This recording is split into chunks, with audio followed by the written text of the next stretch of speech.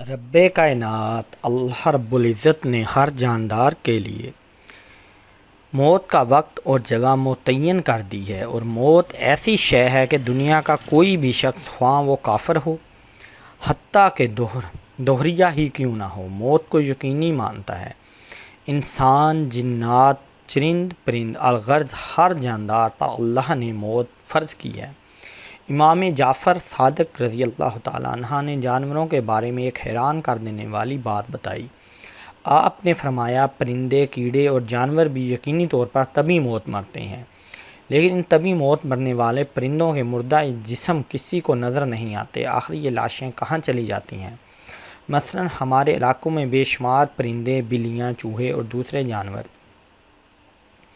پائے جاتے ہیں۔ یہ جانور بھی اپنی تبھی موت مرتے ہیں۔ روزانہ ہزاروں پرندے اور دوسرے جانور مرتے ہوں گے، لیکن ان کے مردہ جسم ہمیں کہیں نظر نہیں آتے۔ البتہ ان مردہ جانوروں کی لاشیں ہمیں نظر آتی ہیں، جو قید میں مر جائیں، یا انہیں زہر دے دیا ہو، یا شکاری نے یا کسی دوسرے پرندے نے اسے قائل کیا ہو۔ آہستہ آہستہ دم نکلتے ہوئے اپنے کسی جانور کو نہیں دیکھا ہوگا، یہاں تک کہ کسی چونٹی کو بھی نہیں۔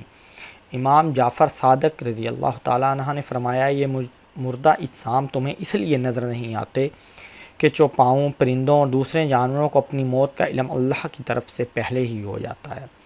وہ اس مقرر وقت سے پہلے پہاڑوں کی غاروں، کنوؤں، درختوں کے کھوکھلے تنوں، زمین کے سوراخوں یا گہرے کھڈوں میں جا کر بیٹھ جاتے ہیں اور وہیں مر جاتے ہیں۔ یہ اللہ کا نظام ہے، جس کی وجہ سے آج انسان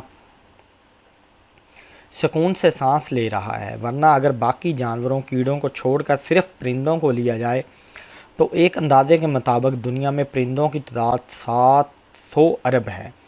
اگر یہ پرندے سر عام تبھی موت مرتے تو زمین پر قدم رکھنے تک کی جگہ نہ ملتی۔ ہر طرف ان کے مجتمع جسم ہوتے جو گندگی اور بے شمار بیماریوں کا سبب بنتے، اور تم اپنے پروردگار کی کون کون سی نعمت کو جھٹلاؤ گے۔ ہماری آج کی ویڈیو کا مقصد یہ پتہ لگانا ہے کہ آیا حضرت اسرائیل ہی انسانوں کی طرح جانور اور پرندوں کی روح قبض کرتے ہیں، یا پھر ان کے لیے اللہ تعالیٰ نے کسی اور فرشتے کی ڈیوٹی لگائی ہے؟ اس کے بارے میں اللہ تعالیٰ کی سوا بہتر علم رکھنے والا کوئی نہیں ہے، مگر ایک حدیث کا مفہوم اس طرح ہے کہ جانوروں اور کیڑے مکوڑوں اور درختوں کی روحیں تسبیح میں ہیں۔ جب ان کی تسبیح ختم ہو جاتی ہے تو ان کی روح قبض ہو جاتی ہے، لہٰذا ان کی روحیں ملک الموت کے قبضے میں نہیں ہیں۔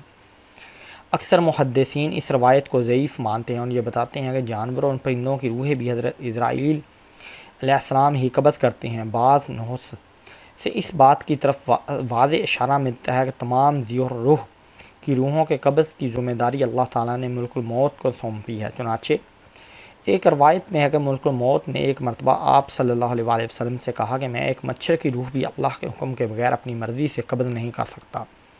علامہ ابن حجر اپنی کتاب فتویٰ الحدیثیہ میں فرماتے ہیں کہ حدیث میں اس بات پر دلالت کرتی ہے کہ تمام جانداروں میں روح ہوتی ہے،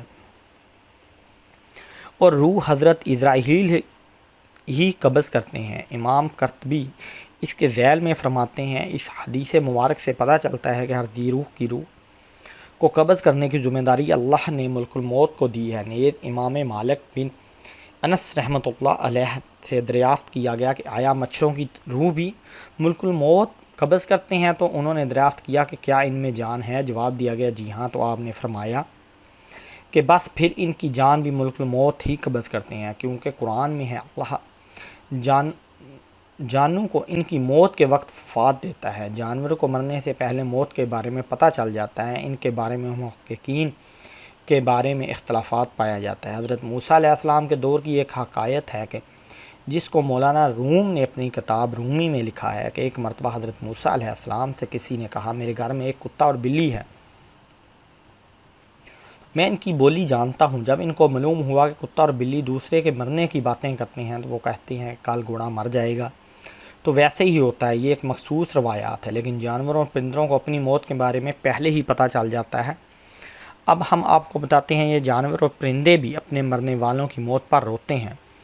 جانور اور پرندے بھی اپنے مرنے والوں کی موت پر روتے ہیں۔ ایک کوے کی بات کرتے ہیں، جب کسی کوے کی موت آ جاتی ہے تو دوسرے کی لاش پر بے شمار کوے اکٹھے ہو کر روتے ہیں۔ کوے کئی دن تک سوگ کرتے رہتے ہیں۔ اپنے عزیزوں اور دوستوں کے مرنے پر رونے کے حوالے سے بات کی جائے تو سب سے مشہور ہے جو شور شرابہ انسانوں سے بھی زیادہ کرتا ہے۔ اگر کسی بندریا کا بچہ مر جائے تو وہ اتنا روتی ہے کہ دیکھنے والوں کو بھی رونا آ جاتا ہے۔